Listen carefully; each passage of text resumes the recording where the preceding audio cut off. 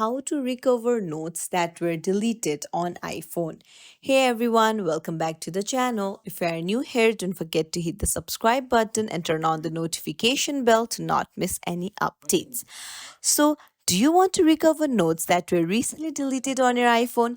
Then you're in the right place. Let's dive right in.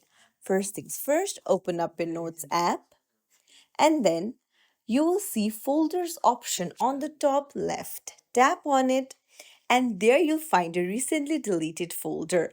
Just tap on it and there you'll find a recently deleted note. Just tap on it and then a long press on it and you'll find move option. Tap on it and you can move it to a new folder.